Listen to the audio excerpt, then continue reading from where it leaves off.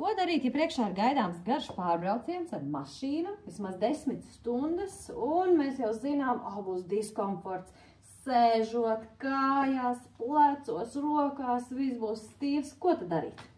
Protams, viena lieta ir ik pa 2–3 stundām ņemt pārtraukumu, bet, ja tomēr ir mērķis, gala mērķī nonākt pēc iespējas ātrāk, bez pauzēm un mainīties ar šoferi, tad tas, ko varam darīt, ir vingrot sēdēšanas laikā. Ideālā gadījumā, ja esam kā pasažieris, bet arī, ja tomēr sākam just diskomfortu kājās, sēžā, plecos, mugurā, tad arī varam, protams, turot uzmanību uz ceļa, bet varam arī vingrot braukšanas laikā arī kā šoferi. Bet tātad vispirms, ko mēs darām? Mēs aktivizējam sēžas muskuļus un cilājam vienu sēžas daļu un otru sēžas daļu pamīšus. Tātad šādi kādas, mierīgi kādas 30 reizes kopā. Tātad sasprindzinam sēžas muskuļus un cilājam sēžu. Nākamais. Vienkārši viegli klapējam kājas pa grīdu. Ātrāk un lēnāk.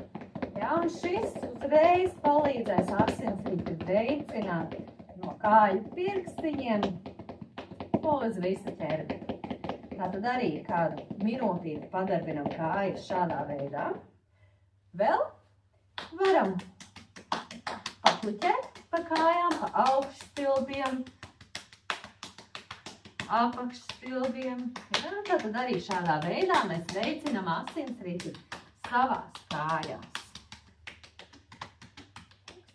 Un vēl viens vingrinājums, ko mēs varam darīt, lai veicinātu asinsriti, asins pieplūdi tieši arī kājās un, protams, visā ķermenī, ir celt pamīšus papēžus augšā un lejā.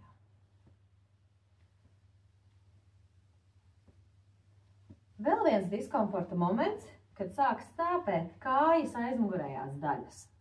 Un līdz ar to ieteicams iekārtot savu sēdvietu tā, lai jūs varat savas kājas arī izstiept. Un, ja vieta ļauj, jūs izstiepjat un kāju pirkstus stiepjat uz priekšu un uz aizmuguri. Tad tālāk mēs pāriesim uz muguras lejas daļu. Protams, arī šī ir zīmīga zona. Tas, ko varat darīt, ir iegurni uz priekšu un uz aizmuguri virzīt.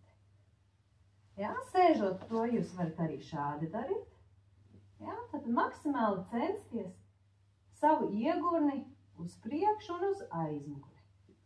Arī novietojiet rokas uz ceļiem un nopaļojiet muguru uz aizmuguri un virzat, stiepjat krūtis uz priekšu, tikmēr lāpsniņas virzat kopā.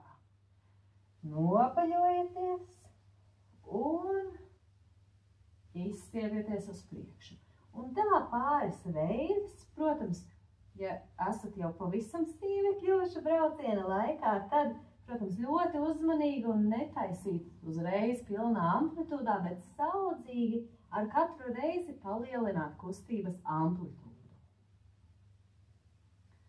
Protams, svarīgi ir asinsriti arī ap kaklu, ap pleciem veicināt, jo tas ir vistiešākā veidā arī saistīts ar mūsu uzmanību uz ceļa. Un pirms mēs arī samainamies ar šoferi un paši sākam braukt, ļoti svarīgi arī izkustināt muskulatūru, kaklu, plecus. Un mēs varam iesākt sevi pamodinot, viegli klapējot ar roku pa kaklu un pa plecu. Varat droši stiprāk. Šādā veidā jūs atmodinat muskuļus. Un arī veicināt asinsriti. To pašu arī otru pusi.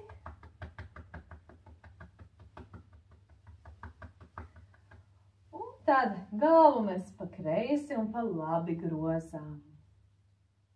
Arī kopā kādas 20 reizes uz abām pusēm. Tad paliekat ar skatu uz priekšu un ar degunu taisiet apļus. Bet saglabājiet garu sajūtu kaklā. Jūs esat stalti gari paši ar muguru, ar kaklu un apļus taisat ar degunu. Arī skatieties kādā amplitūdā. Un to pašu uz otru pusi.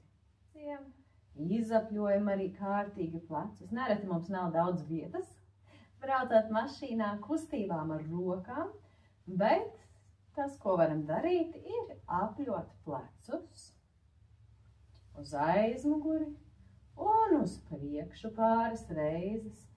Kopā 10 reizes uz priekšu un 10 uz aizmuguri. Tad paliekam ar staltu garu muguru, rokas uz kājām un pagrozamies uz aizmuguri, virzam elkoni viegli uz aizmuguri un atgriežamies uz priekšpusi. Un stiepjamies uz otru pusi un atgriežamies uz priekšu. Un arī šo vingrojumu kādas 10 reizes varat izpildīt. Mugura būs jums ļoti pateicīga.